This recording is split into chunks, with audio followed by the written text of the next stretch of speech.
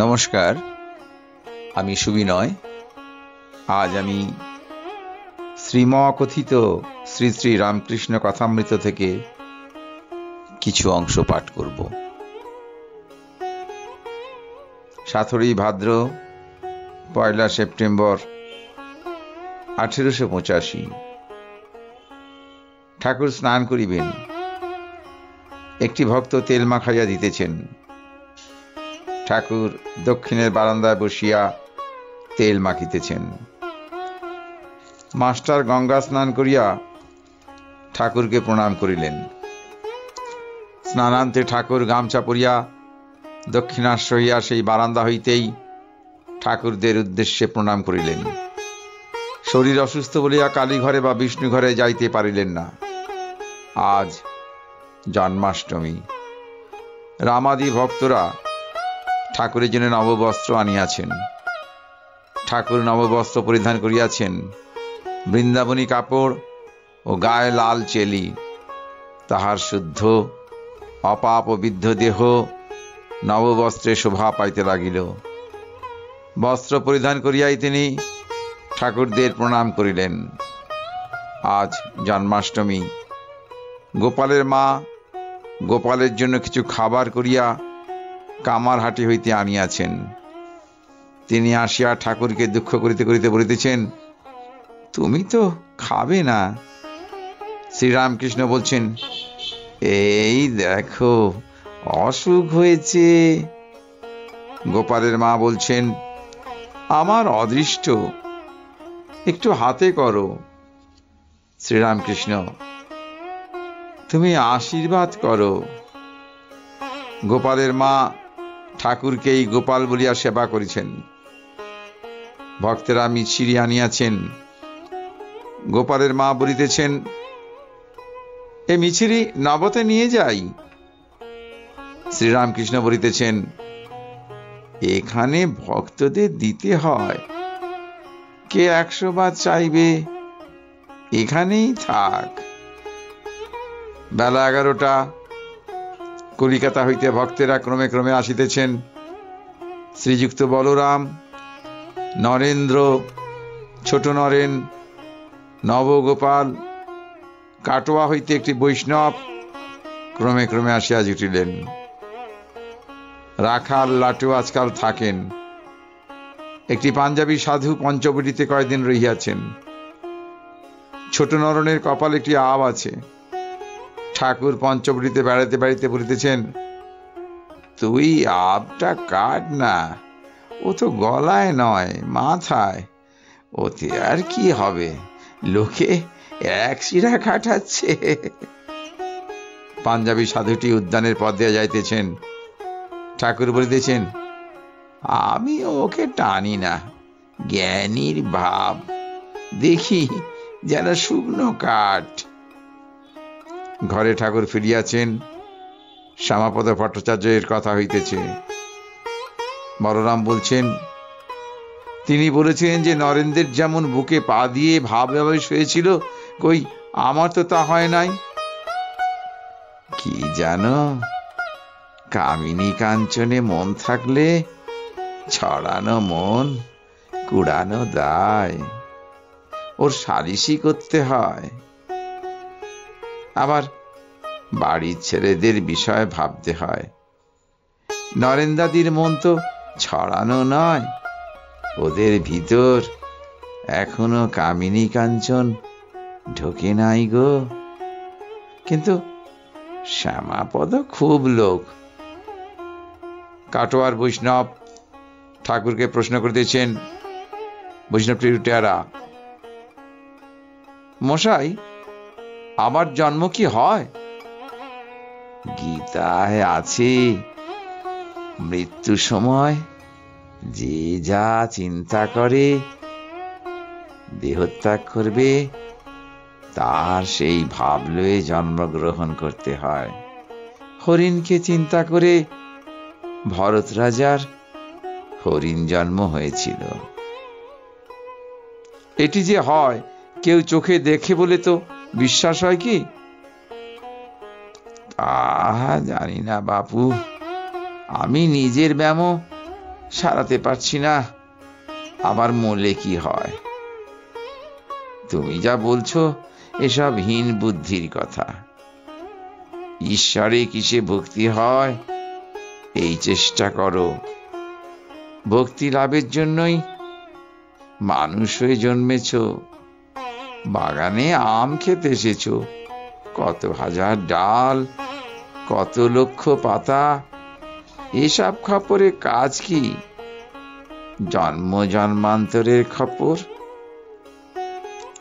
শ্রীযুক্ত গিরিশ ঘোষ দু একটি বন্ধু সঙ্গে গাড়ি করিয়া আসিয়া উপস্থিত, কিছু পান করিয়াছেন, কাঁদিতে কাঁদিতে আসিতেছেন ও ঠাকুরের চরণে মাথা দিয়া কাঁদিতেছেন। শ্রীরামকৃষ্ণ সস্নেহে তাহার গা চাপড়াইয়া লাগিলেন। একজন ভক্তকে ডাকিয়া কহিতেছেন, ওরে, একে তামাক খাওয়া। গিরিশ মাথা তুলিয়া হাত জোর করিয়া বলিতেছেন, তুমি পূর্ণ ব্রহ্ম, তা যদি না হয় সবই মিথ্যা। বড় খেদ রইল, তোমার সেবা করতে পেলুম না। দাও দাও বর ভগবান, 1 বৎসর তোমার সেবা করব, মুক্তি ছড়াছড়ি প্রস্তাব করে দি। বলো, তোমার সেবা 1 বৎসর করব। এখানকার লোক ভালো নয় রে, কেউ কিছু বলবে। তা হবে না, বলো। আচ্ছা, তোমার বাড়িতে যখন যাব। না, তা নয়, এইখানেই করব। আচ্ছা, সে ঈশ্বরের ইচ্ছা। ঠাকুরের গলায় অসুখ। গিরিশ আবার কথা বলিতেছেন, বলো, আরাম হয়ে যাক। আচ্ছা, আমি ঝাড়িয়ে দেব। কালী কালী। আমার লাগবে যে। কালী কালী, ভালো হয়ে যা। ফুফ।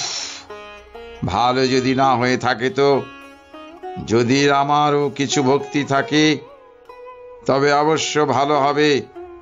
বলো ঠাকুর, বলো ভালো হয়ে গেছো। যা বাপু, আমি ওসব বলতে পারি না। রোগ ভালো হবার কথা মাকে বলতে পারি না। আচ্ছা, সবই তার ইচ্ছা হবে, সবই ঈশ্বরের ইচ্ছায়। আমায় ভুলো না, তোমার ইচ্ছায়। ছি, ও কথা বলতে নাই। ভগবত ন চ কৃষ্ণবৎ। তুমি যা ভাবো তুমি ভাবতে পারো, আপনার গুরু তো ভগবান, তা বলে ওসব কথা বলায় অপরাধ হয়। ও কথা বলতে নাই। বলো, বলো ভালো হয়ে যাবে। আচ্ছা আচ্ছা, যা হয়েছে যা হয়েছে, হ্যাঁ ঠিক আছে, তা যাবে। গিরিশ নিজের ভাবে মাঝে মাঝে ঠাকুরকে সম্বোধন করিয়া বলিতেছেন, হ্যাঁ গা, এবার রূপ নিয়ে আসো নাই কেন গা? কিয়ৎক্ষণ পরে আবার বলিতেছেন, এবার বুঝি বাংলা উদ্ধার। কোন কোন ভক্ত ভাবিতেছেন, বাংলা উদ্ধার, সমস্ত জগৎ উদ্ধার। গিরিশ আবার বলিতেছেন, ইনি এখানে রয়েছেন কেন? কেউ বুঝেছ? জীবের দুঃখে কাতর হয়ে এসেছেন, তাদের উদ্ধার করবার জন্য। গাড়োয়ান ডাকিতেছিল। গিরিশ গাত্রোত্থান করিয়া তাহার কাছে যাইতেছেন। শ্রীরামকৃষ্ণ মাস্টারকে বলিতেছেন, দেখো কোথায় যায়, দেখো দেখো। মাস্টারও সঙ্গে সঙ্গে গমন করিলেন। গিরিশ আবার ফিরিয়াছেন, ঠাকুরকে স্তব করিতেছেন।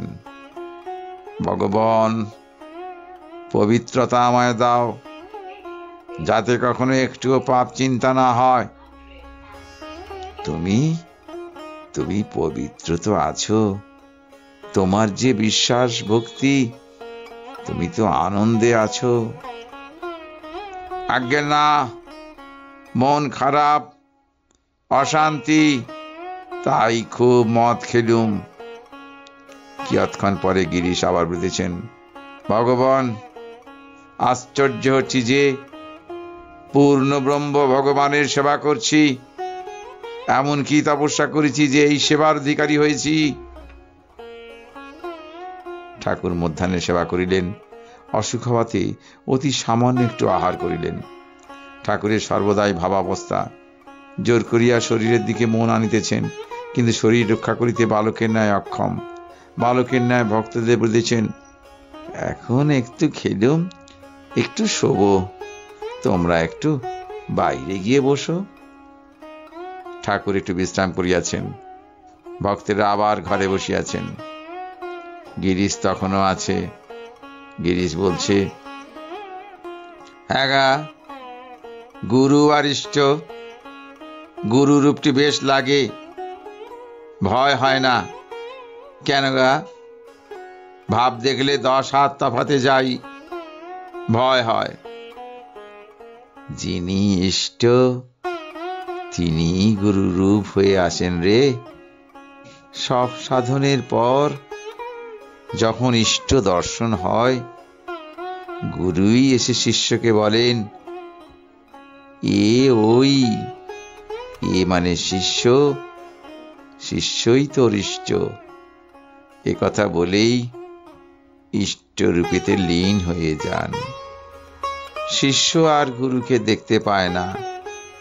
যখন পূর্ণ জ্ঞান হয়, তখন কে বা গুরু, কে বা শিষ্য, সে বড় কঠিন ঠাঁই। গুরু শিষ্যে দেখা নাই। একজন ভক্ত বলছেন, গুরুর মাথা, শিষ্যের পা। গিরিশ আনন্দে বলছেন, হ্যাঁ ঠিক। নবগোপাল বলছেন, শোনো, মানে শিষ্যের মাথাটা গুরুর জিনিস, আর গুরুর পা শিষ্যের জিনিস, শুনলে? গিরিশ বলছে, না না, ও মানে নয়। বাপের ঘাড়ে ছেলে কি চড়ে না, সেই শিষ্যের পা। নবগোপাল বলছেন, সে তেমনি কচি ছেড়ে থাকলে তো হয়। শ্রীরামকৃষ্ণ বলছেন, দুরকম ভক্ত আছে। এক থাকের বিল্লির ছাড় স্বভাব, সব নির্ভর, মা মা করে। বিল্লির ছা কেবল মিউ মিউ করে, কোথায় যাবে, কি করবে, কিছুই জানে না। মা কখন হেসেলে রাখছে, কখন বা বিছানার উপর রাখছে।